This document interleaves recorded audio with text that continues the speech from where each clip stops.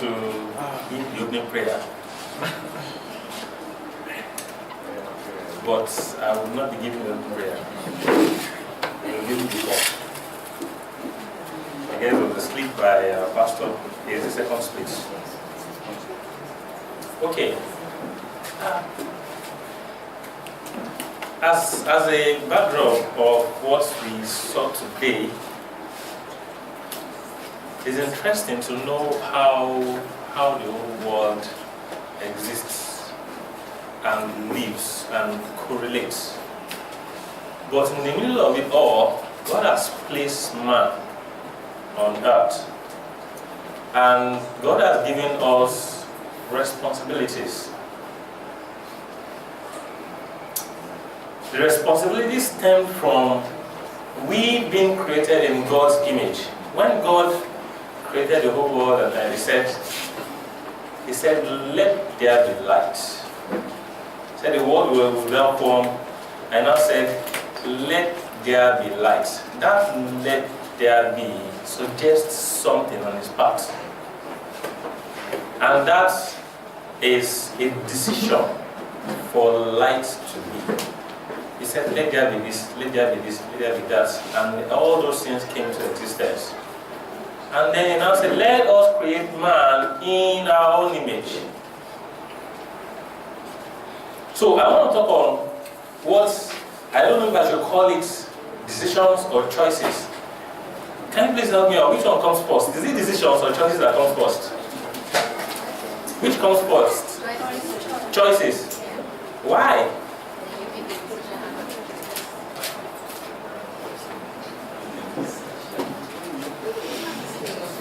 Do you have any contrary opinion? Which comes first? Is it decision or choices? Decisions. Oh. Okay. Well, I've titled this "Godly Choices / Decisions." Whichever comes first to you, please put it there. Put it there. Fill in the gap. Having to make a right decision go a long way in resulting to, great consequences or great rewards that can affect one and one's generations forever. At every point in time in our lives, we are constantly being faced with decisions to make. And that single decisions will affect us forever, and possibly children and children's children too. Please turn to Deuteronomy 30. Deuteronomy 30.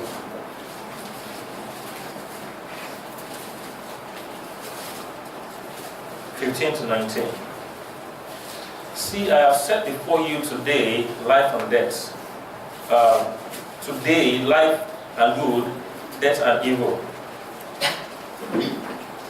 In that I command you today to love the Lord your God, to walk in His ways, and to keep His commandments, His statutes, and His judgments, that you may live and multiply, and the Lord your God will bless you in the land which you go to possess. Jump down to 19, please. I call heaven and earth as witness today against you, that I have set before you life and death, blessing and cursing. Therefore, choose life, that both you and your descendants may live. That you may love the Lord your God, that you may obey His commandments, obey His voice, and that you may cling to Him, for He is your life and the length of your days. For He is your life and the length of your days, and that you may dwell in the land which the Lord swore to your fathers, Abraham, Isaac, and Jacob, to keep them. Now, it is clear in the Bible that God has set before us life and death. Now, we can see it in this perspective only, but we can see what do you mean? What do you understand by life and death? Is it just there in the abstraction? No. It is real. And it is a conglomerate or sum total of our individual decisions day in, day out that will determine if we are choosing life or we are choosing death. It is not just something you just do once and then it goes away. No. It is a sum total of our decisions. And that's why I figured we need to talk about that today, so that we will at least abreast ourselves to the fact that we may not call our mind's attention to initially. We need to do that. Now, if you look at it very well, if you look at it critically, all decisions come in 4 forms, or 4 aspects, if you can use that word. We make decisions for ourselves. And most of the time, usually 100% of the decisions we make for ourselves. But interestingly, these may dovetail to affect our generation and generations, despite being a personal decision. We will still read some stories, still hear of some accounts as time progresses, of some people that make some decisions that affects the whole world as it is today. That's the first type of decision. We can make decisions for ourselves. We can make decisions with others. You and I have decided to be here today. Mr. Akiwa has brought up with some idea, and then deep down inside us, each and every single one of us, as I was playing that video, we were making the decisions. Am I going to stay? Am I going to go?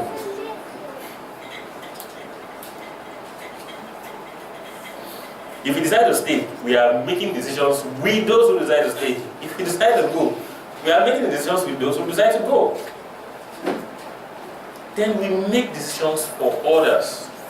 We make decisions for others. For our children, for our employees, for those who have direct, that we have direct influence on. For instance, our ward, our pupil in school, if you are teachers, particularly our children and our generations get unborn, we make decisions for them.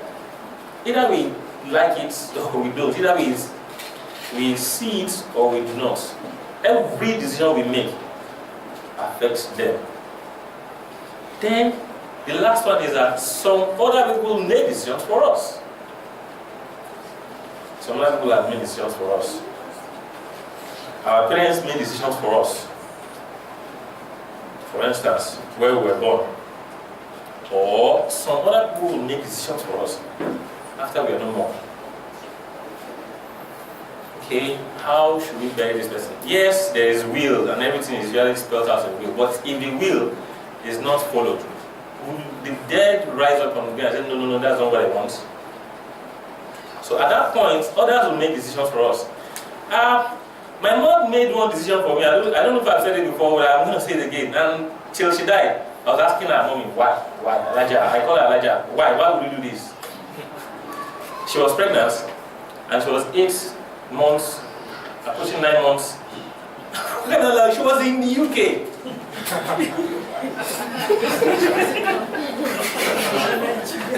She was in the UK. She was in London. She just said, no, I don't want to give birth in the strange land. So she rushed to the airport and came to Nigeria. The second one she gave it to me. Why?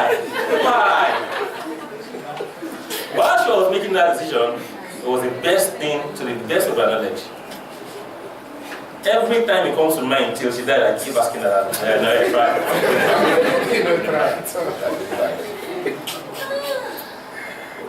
And that is how each and every single one of us, our decisions will affect some people. You will agree with me that if she had decided to stay back in the UK, well, she went with her husband, my dad, and my dad's elder brother and his wife. 4 of them went together. She decided to come back to Nigeria. The other woman decided to stay. The other woman and all her kids are in the UK now, in the US, and there. She came to Nigeria, and we all know the story.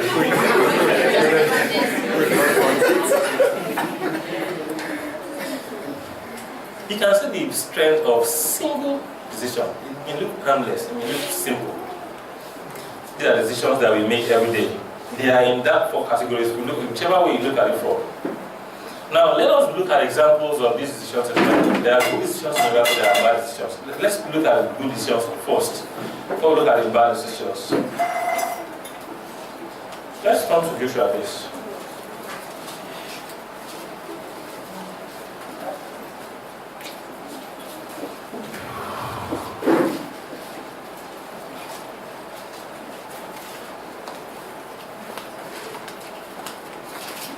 24.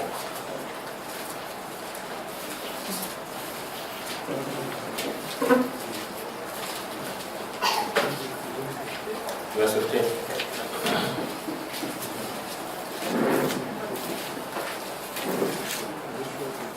And if it seems evil to you to serve the Lord, choose for yourselves this day whom you will serve, whether the gods from which your fathers served you, that you were on the other side of the river, or the gods of the Amorites, in which land you dwell. But as for me and my house, we will serve the Lord. That is a decision. That is a choice. And we know the effect of this. Also, let's look at Ruth. We also know the story. Maybe we should just now go there. We know the decision of Ruth that, okay, you know what? When you go, I will go. Your people will be my people. And all. She decided, despite the fact that there were two of them, the other woman decided, okay, you know what, she wanted to bounce. But she stayed. Until today, that single decision had effects on her and her generations. She became Israelite. Let's turn to Daniel. We also know this one story. Daniel 1.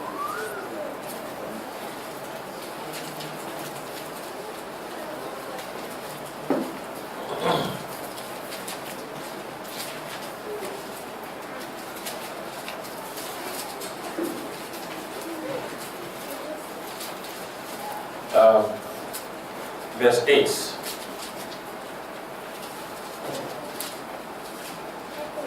Daniel 1 verse 8. But Daniel proposed in his heart. You all know what resulted in this, where he was in the king's courtyard and then he had to eat all the foods that they serve, and he has no choice than to eat it. But then he decided, you know what? All this, I know the law of God. I know that there are some things that are unclean meat and there are some that are clean. And he decided, okay, you know what? He made a decision right there and then, I'm not going to take anything that is unclean. I'm not going to take only those things that God has decided that is clean.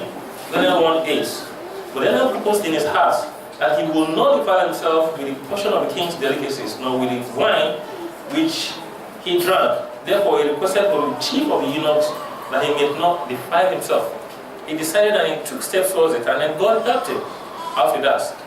You know, this reminded me of a story when I was in a law firm in Abuja, and there was a day. It was during Ramadan season, the Muslim fasting period, and the office, the owner of the building that we use as an office, usually every evening. He's an Alaji, one of those houses, and they will put so many different kinds of delicacies for anybody that is willing to eat, to come and eat, around 6:37. And this very day, I rushed out of the house in the morning, very hungry, thinking when I get to the office I'll be able to eat, but I was swam from morning till evening. Because I was busy, I didn't know how hungry I was until around 5 o'clock, 6 o'clock, and I realized I was very hungry. Then I had time to go out, and I figured, you know what, let me manage the money in my pocket, since something is coming close. So I decided to wait. And then the food came. I was called from the office that you don't land though. I rushed there, and what I saw was tuwo. But the tuwo had okra soup. It was so, you know, someone that is hungry before, anything will smell well. But that soup was filled with all sorts of things that you can imagine, including crabs and the likes. And here I was very, very, very hungry. I was extremely famished. So I was faced with the problem of deciding, should I eat this or should I just wait till I get home? Getting home, it's not like I'm going to eat anything real than to perhaps take suya and drink or Indomie noodles. It took me some minutes to decide. Frankly speaking, I was very hungry.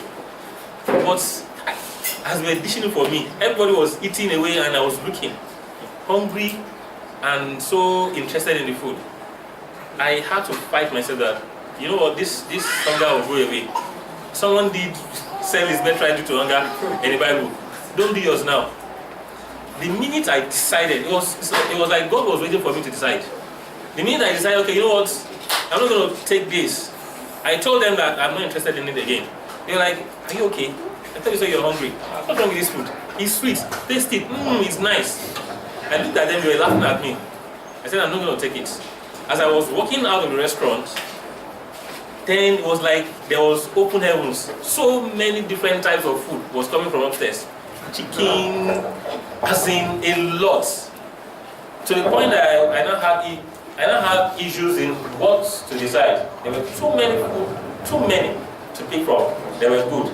Imagine if I had decided to eat that food that I knew was wrong.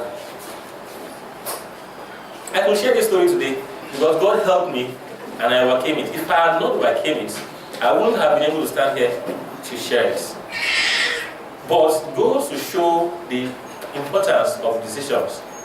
How important it is for us to decide. Just like Daniel did. The same way in Daniel 3:16 and 18. Shadrach, Meshach, and Abednego. You all know the story. Let's read it again for reference purpose. Daniel 3:16. Shadrach, Meshach, and Abednego answered and said to the king, "O Nebuchadnezzar, we know what led to this. An image was molded, and everybody, upon the blowing of the trumpets, must bow down to that image." But they said, you know what? We serve a God. They decided before they even said anything. Just like they could have decided to bow and rationalize that God would understand. Just like they would have decided to say, okay, you know what? God saw us and yet allowed this to happen to us. They decided that they were not going to do that. And answered and said to the king, "O Nebuchadnezzar, we have no need to answer you in this matter." Verse 17, if that is the case, our God, whom we serve, is able to deliver us from the burning fiery furnace, and he will deliver us from your hand, O king. But if not, let it be known to you, O king, that we do not serve your gods, nor will we worship the gold image which you have set up. It's a firm decision that we're not going to compromise. We're not going to relent in our decision. We have decided to follow God, to follow Jesus, according to what some people will say, even though their actions are to the contrary. But these people not only say it, they also acted it. They decided and they stayed by their decisions. If they had not decided on what they decided, there's every tendency that their name will probably not be in the Bible. Or it will be in the Bible for wrong excuse or wrong example for us to see. There are some serious decisions that were made, and the Bible made us to read all this, to see all this as an example. Let's start with Genesis 3. That's some bad decisions and their consequences. Genesis 3. We make these things at a flip of a finger, and then we don't know the consequence. At times we do. At times God allows us to see it. At times we just do it and then we walk away without seeing the repercussion. Genesis 3:6. So when the woman saw that the tree was good for food, that it was pleasant to the eyes, and a tree desirable to make one wise, she took of its fruit and ate. Notice, earlier on she told the serpent that no, God said that we should not eat this. She actually knew and she repeated it to the serpent. But at some point, what happened? She changed her mind and decided to eat it. And what happened? Adam too was like, no, I can't stay here alone. I've tasted of this beautiful wife of mine. And decided to follow her. And they decided to eat the fruit. You and I we don't need to rehash the consequences. It's what we know. That single decision that it took to eat the fruit. Let's drop down to Genesis 9 for another one. There are lots and lots of decisions that we can read from the Bible where I'm just going to pick a few, because if we decide to start reading every one of it today, we may not even be able to finish in the next 2-3 hours. Genesis 9.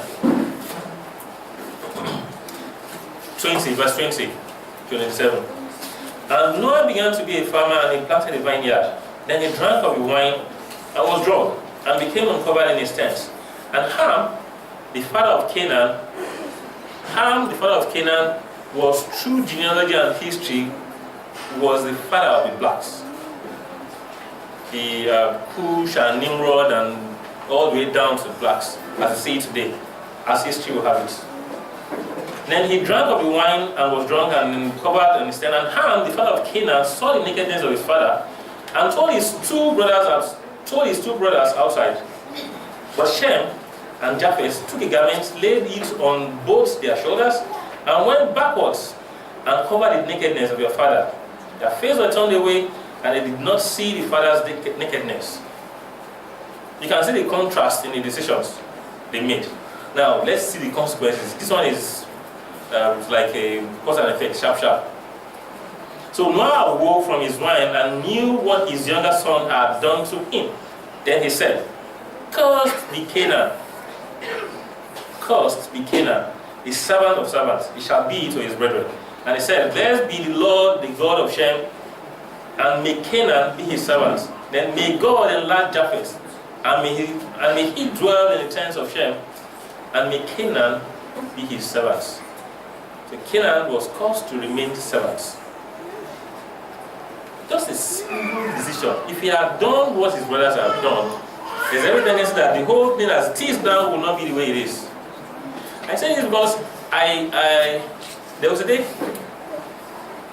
I've been opportune to be in several seminars, some with legislators in Abuja, senators, and their aides and all that. And then at some point you allow some people to talk, and then they will all deliberate and discuss the problem of this country.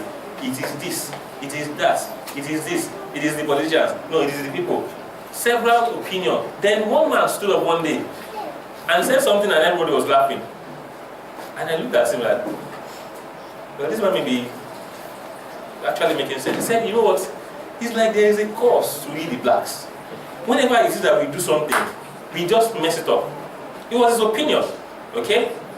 But when you look at it, I've had little experience outside Nigeria, and I'm just amazed at the way they organize their things, and then the way they do their things.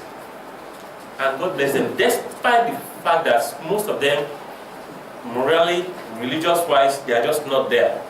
Recently, I was in Amsterdam, and there was a church. There was a very, very old church in the middle of, I've forgotten the name, Sheephole or something. I can't remember the name of the place. The church is very, very massive, and it's there. And around the church were some places that we call red light districts. Red light districts is for prostitutes. And they just surrounded the church. The point that the tour guide was telling us that, you know what, when the pastors wake up in the morning, they peep through their window, what they are saying is prostitutes. They have to leave, they have to run away from the church. They abandoned the building and ran away. And guess what? These are the same people that their lives are constant, they have everything working with them. That's why prostitution is legalized there. Smoking in their home is legalized.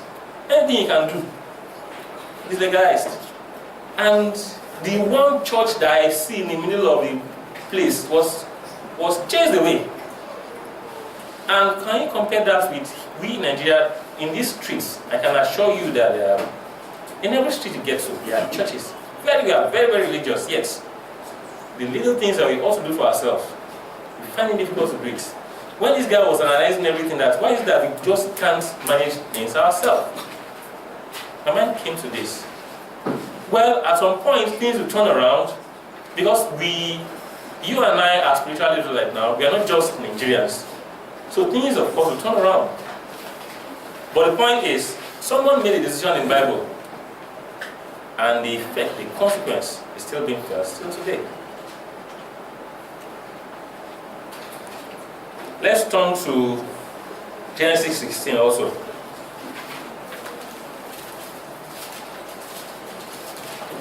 Oh, before that, let's go to Genesis 13, 10 to 11.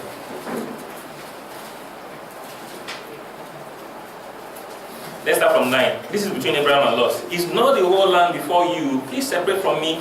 If you take the left, then I will go to the right. And then if you go to the right, then I will go to the left.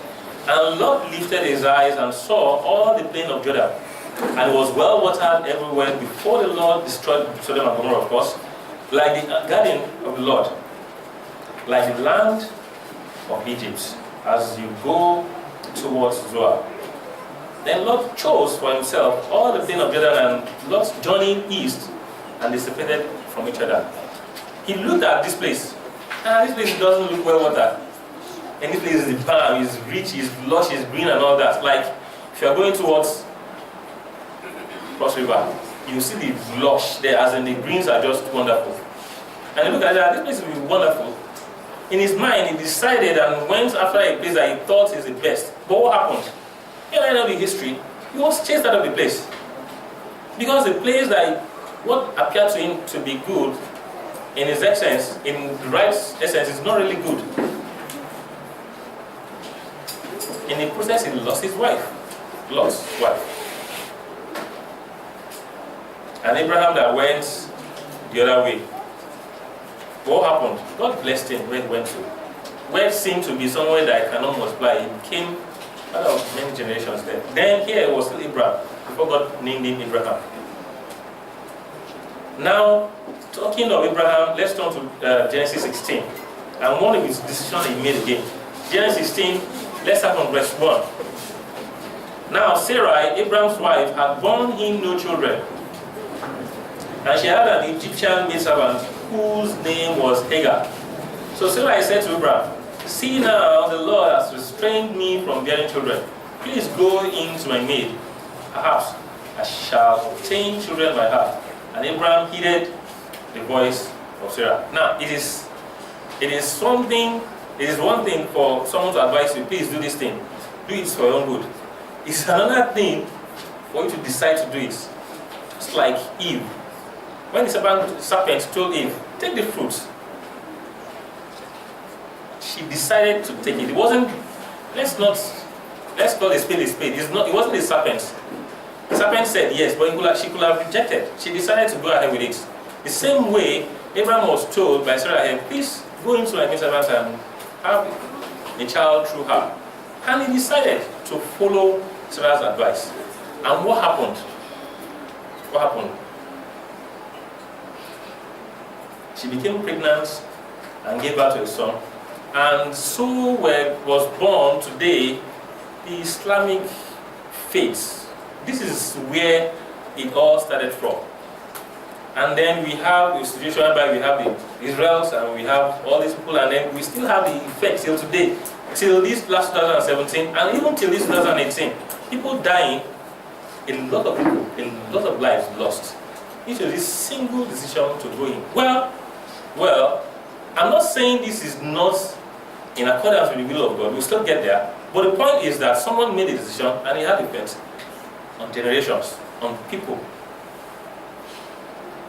Okay, let's now go down again to 2 Samuel. Just pick a few. 2 Samuel 6. To see how God will say something and then, okay, you know what, let me decide, let me take this. And then we'll see the effect, the repercussion, the consequence of this. 2 Samuel.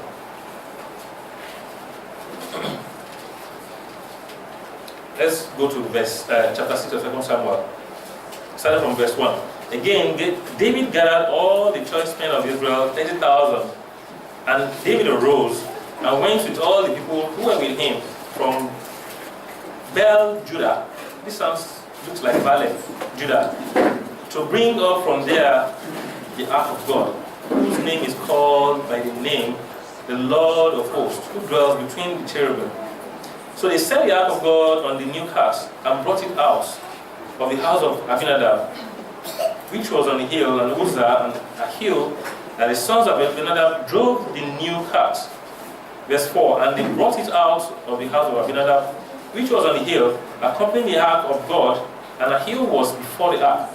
5, and David and all the house of Israel played music before the Lord, and all kinds of instruments of firewood, on harps, on string instruments, on tambourines, on sistrums, and on cymbals. 6, and when they came to Nachon's threshing floor, Uzzah put out his hand to the ark of God and took hold of it, for the oxen stumbled. Now, let's look at this very well. On the face of it, it looks like a good decision. On the face of it, the ark was about to fall. Well, let me stretch out my hand so that it will not fall down, because it's the ark of God.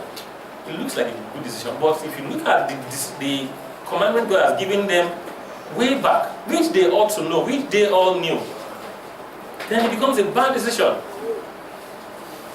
But then they still decided to stretch out their hands to steady it. And what happened? You see what happened? God struck them and they died. They had a split second to decide. But within that split second, they forgot what God has decided, what God has instructed them, the law of God to them. And they made the decision to die. And of course, they died. Let's go to Numbers 13. I'm going to just give us 1, 2, 3 more and then we'll move on. Numbers 13. Numbers 13, verse 31.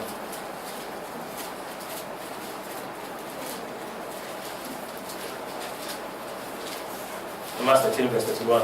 It is, as we read through these things, don't forget that the Bible has recorded all this for us as an example, so that we will see. We will know what to do, when to do what, or what not to do. But, verse 1, but the men who had gone up with him said, let's start from 30. Then Caleb quieted the people before Moses and said, let us go up at once and take possession, for we are well able to overcome it. God has instructed them to go and take something, take a place over. But the men who had gone up with him said, we are not able to go up against the people, for they are stronger than we. They gave the children of Israel a bad report on the land which they had spied out, saying, the land through which we have gone as spies is a land that devours its inhabitants. And all the people who we saw in it are men of great stature. There we saw the giants, the descendants of Anak came from giants, and we were like grasshoppers in their own sight, and so we were in their sights. Verse chapter 14. And so all the congregation lifted up their voices and cried, and the people wept that night. And all the children of Israel complained against Moses and Aaron, and the whole congregation said to them, if only we had died in the land of Egypt, if only we had died in this wilderness.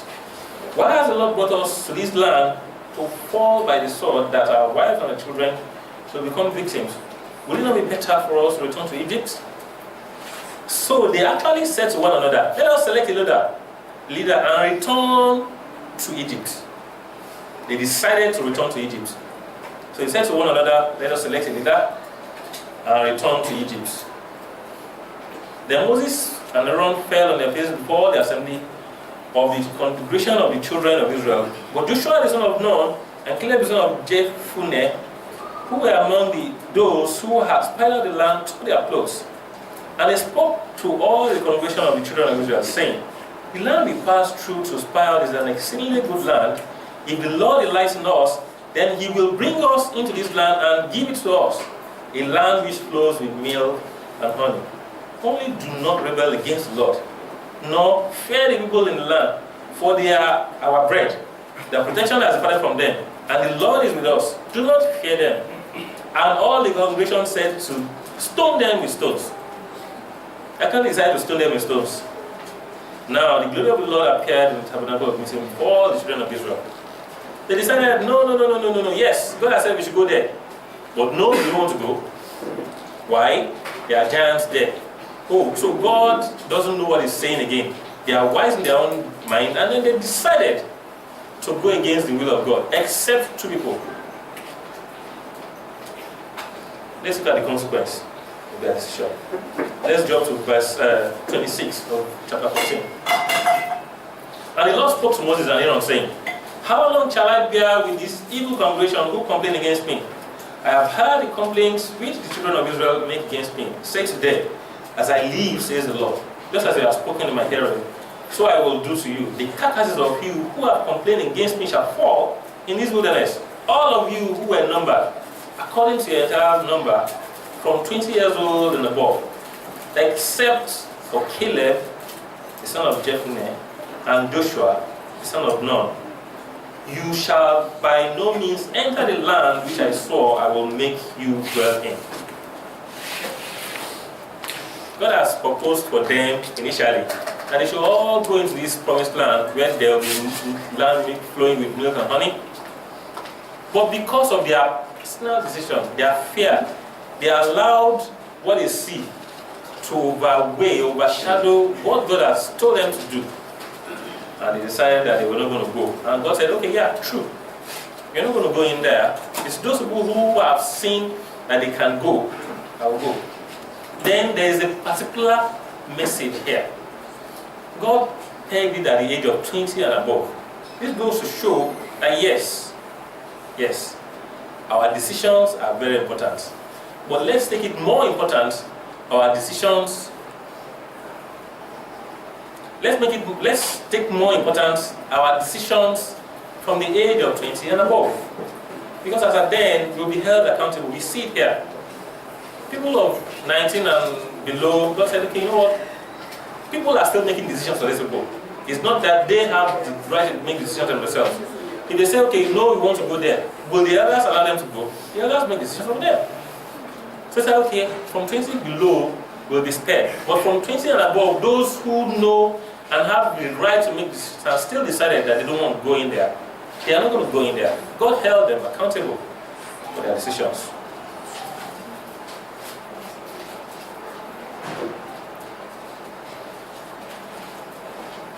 There are several examples here. Okay, let's take the last one. 1 Samuel, the story of Saul. Let's just paraphrase this.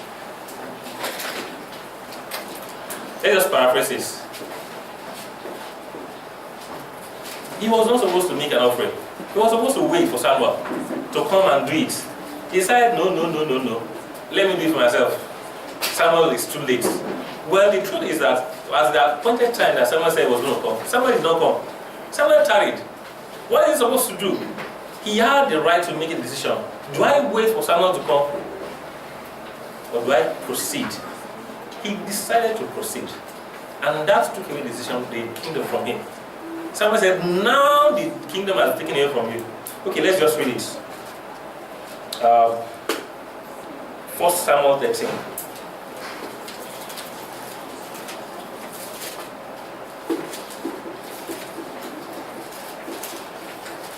Samuel chapter 13, and let's start from verse 8.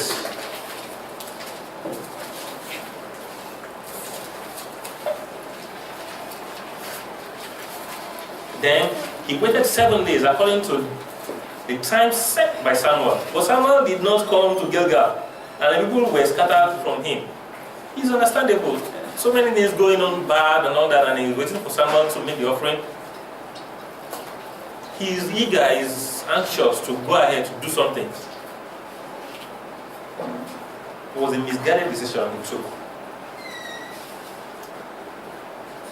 So Saul said, verse 9, bring a burnt offering and peace offering and care to me. And he offered the burnt offering. Now it happened as soon as he had finished presenting the burnt offering that Samuel came. Can you imagine? He was waiting, he's been waiting for 7 days. That decision, that particular minute, he decided that, okay, let me go ahead with this thing. It was after that time that Samuel came. You should have waited. It's a function of decision. Now it happened as soon as he has finished presenting the burnt offering that Samuel came, and Saul went out to meet him, that he might greet him. And Samuel said, what have you done? Saul said, well, when I saw that the people were scattered from me, and that it did not come within the days appointed, and that the Philistines gathered together at Michmash, then I said, the Philistines will now come down on me at Gilgal, and I have not made supplications to the Lord. Therefore, I felt compelled and offered the burnt offering. And Samuel said to Saul, you have done foolishly. You have not kept the commandment of the Lord your God, which he commanded you. For now the Lord will have established your kingdom over Israel forever. But now, the kingdom shall not continue. He decided to do what he wanted to do within the space of some minutes. And then the kingdom was taken away from him due to that. Brethren, there are several decisions in the Bible. There are several examples which due to time I'm not going to be able to cover. Well, we can also look at Acts 5, 1 and 2 also. The story of Ananias and Sapphira, who decided to lie, to tell lie, and what happened? He died. It's also a decision. Nobody is, well, yes, sell what you have and bring it over. Yes. Nobody is saying you must do it. You decided to do it, and you now came around and decided to lie. Why? Because people will like to do, let me say, eye service, if I should use that word, sharing me. Let it feel like I'm a good person. It's a wrong decision. It's something that we should avoid. We should all know, brethren, that despite good decisions and bad decisions, God's will always prevail. His will be done. He has the power to, and it's at his discretion, he may choose to override our bad decisions, particularly if that bad decision affects someone else. He may decide to come in. How? Let's look at some examples. Let's look at Genesis 50. Genesis 50, 19 to 20. Genesis 50.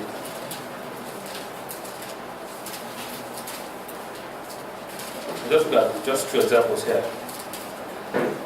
19 to 20. Jesus said to them, do not be afraid, for am I in the place of God?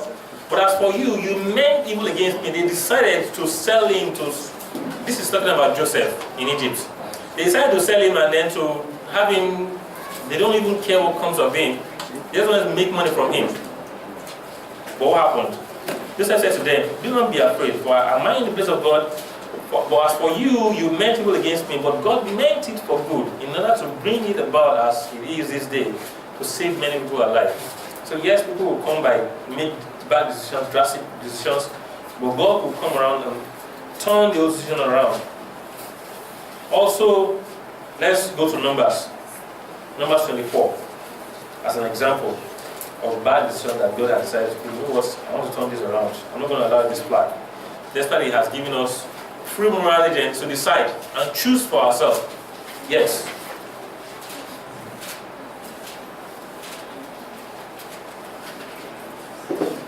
He turned it around. Numbers 24, please. Verse 10 to 13. Then Balak's anger, we know the story of Balak and Balaam. Balak's anger was aroused against Balaam, and he struck his hands together, and Balak said to Balaam, I called you to cause my enemies, and look, you have abundantly blessed them these 3 times. Now, Balak calls Balaam to please let me cause these people, because he knows Balaam that whatever it is that he says comes to be. Now said, cause these people so that they'll be cursed. But what happened? He came around and was blessing them. So his anger was aroused, and he's like, I told you to cause these people, but what did you do? You're blessing them these 3 times. Verse 11, now therefore, flee to your place, I said, I will greatly honor you, but in fact, the Lord has kept you back from honor. So Balaam said to Balak, did I not also speak to your messenger whom you sent to me, saying, if Balak were to give me his house full of silver and gold, I could not go beyond the word of the Lord. To do good or bad of my own will, what the Lord says, that I must speak. If God has proposed something, and then someone decides, no, I'm going this way, God's will overrides. But that is at His discretion. He could choose to keep quiet and wait. He could choose to override. In the story of Shadrach, Meshach, and Abednego, he decided to override. In the story of John the Baptist, he decided to keep quiet. He was beheaded. And several other stories in the Bible. So people will make decisions, and God has a supreme authority to override those decisions.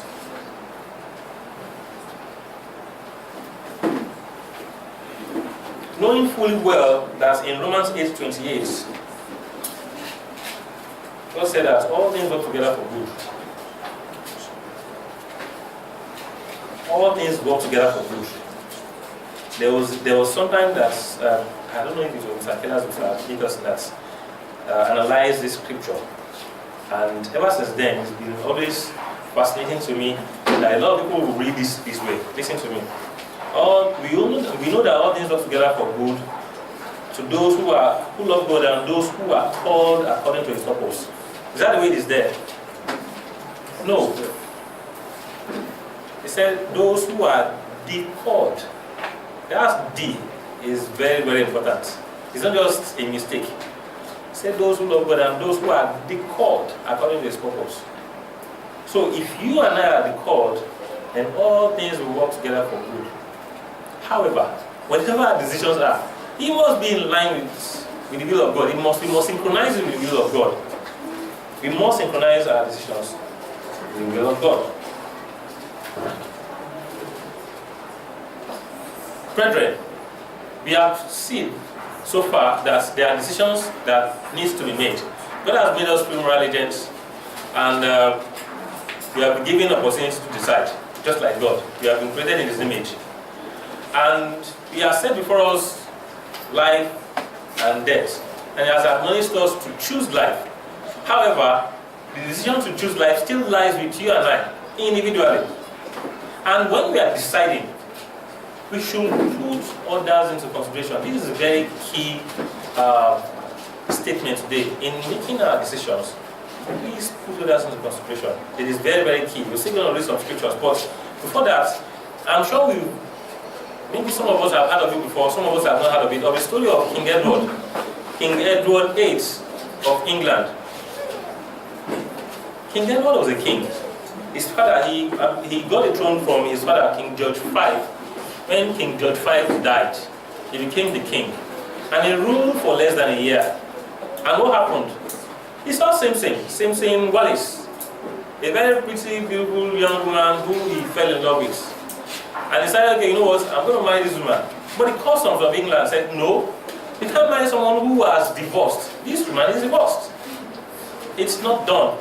Well, you and I know that nowadays they are relaxing the rules. We hear of Prince, I've forgotten his name, who is marrying an American actress now, which will never have happened in the past. Never. But then, these rules are still strict. Said you can't marry this woman. You have choices. You have to decide.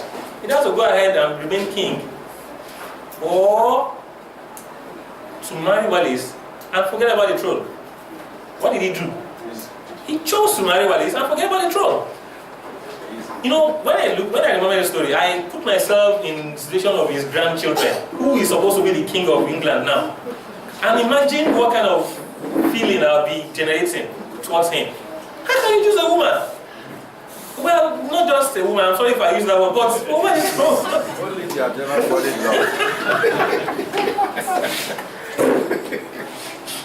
It was like a simple decision, but it had effect to his generations.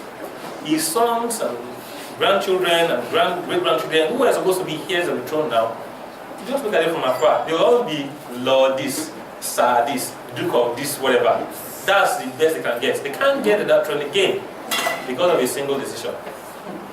In the same way, we make decisions that we have to be careful about, so that we too will not abdicate the throne that God has prepared for us, which is to rule with Him in His kingdom. He made that decision forgetting his children and great-grandchildren. He ought to have put them into consideration. If you are carefully about it, he probably would have chosen the other one. Do you know the funny thing? In the long run, Simpson Wallis left him. She left him, went for another man. When he wasn't the king again, he didn't have the clouds and all that again, she left him. Went for someone else. So you now imagine, and even he himself, I'm sure in his old age, will be like, hi, I've regretted this. Brethren, we all face each of these points. Every day of our lives, every minute, we decided to be here. We could choose not to be here. We decided to listen. We could choose to tune out. we decided we can decide to read the Bible and then get acquainted with it. Yes. He could choose not to. If Tomua or Tola or Toby decide not to read the Bible, their mom and dad can say, my friend, will you sit down there and read this? But at some point, if someone like Oladimeji now or me decide not to read the Bible, who will come and force me to read? Nobody. But the thing that will force me to read is in my body. Because with every decision comes either consequence or reward. Every decision, every time we live, everything we do, we come to the point where we make decisions. And that decision will not just end with us. It will not just end with us. I still reminded my mom's decision again. Okay? So when we make decisions, please let's put others into consideration. Let's read a couple of scriptures and round up. James 1:27. James 1:27.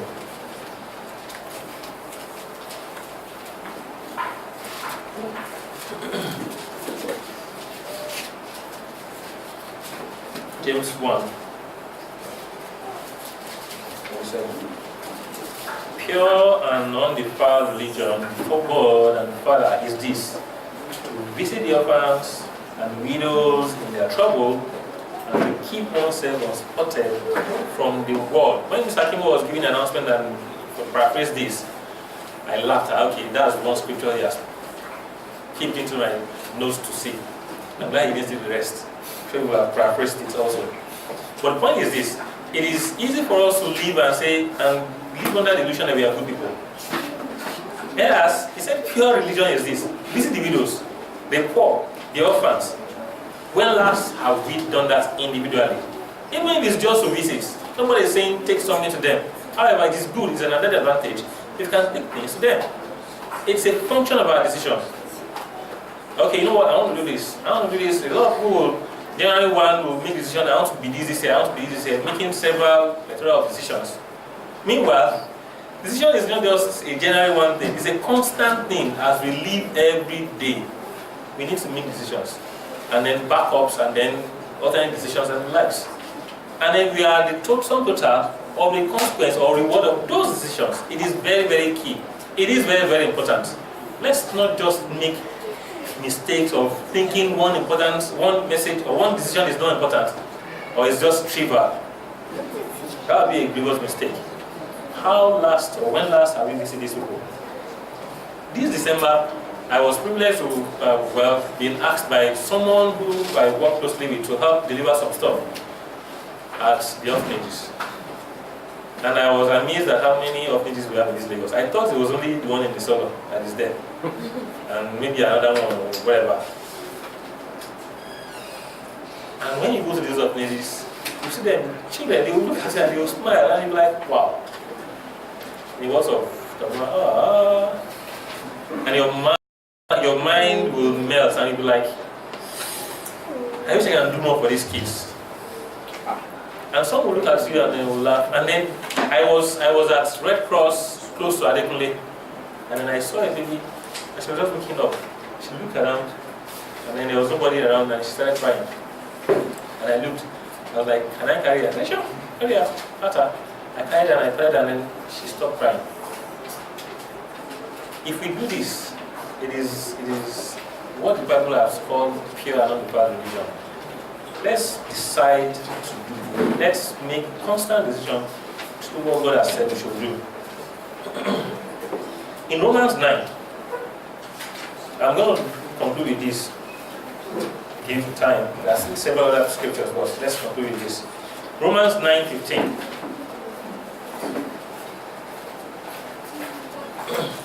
As Christians, we live our daily lives. And we are a sum total, either we like it or not, of decisions we make. Decisions to go ahead with something, and decisions either not to go ahead with it. Decisions to wait, or decisions to act immediately.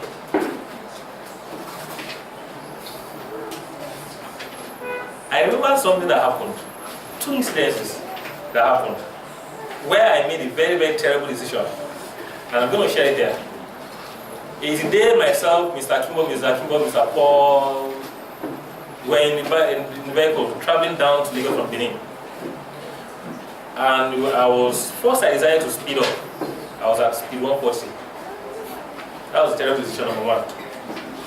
Then I had tire got burst. Initially, I thought it was another vehicle. But looking at the side mirror, I saw that it was my tire. What did I do? I stepped on the brake. It was a decision. I decided to step on the brake. And immediately I got a repercussion. The steering just became something else. It's like he wasn't decided as he wasn't before. Just turned straight into the bush.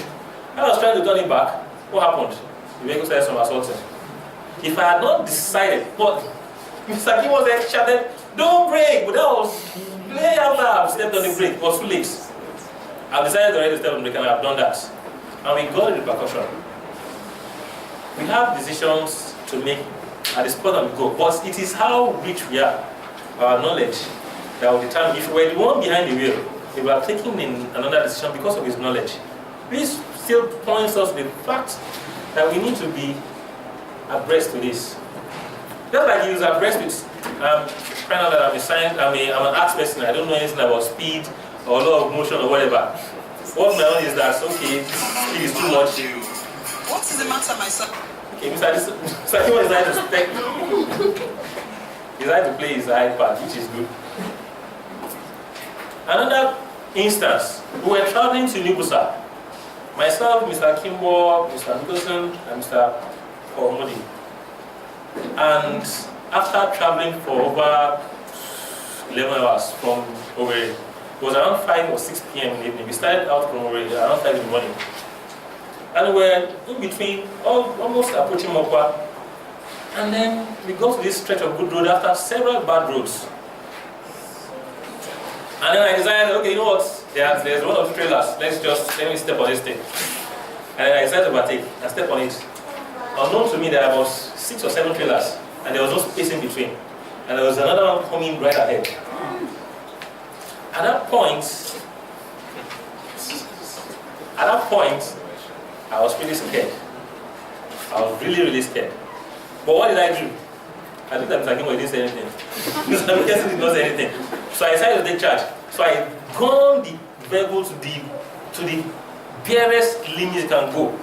And it shot forward, and just within the space of some split seconds, we entered the front of the foremost trailer before the other one went by us. If we had stayed maybe 1 minute extra, 1 second extra, we would have had a head-on collision with the oncoming trailer.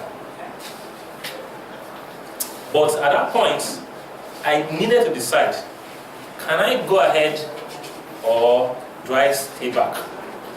I looked at it, if I stay back, if I step on the brake, and before I get to the base, the last trailer, and then park behind it, will it be enough time before the oncoming one reaches us, gets to us?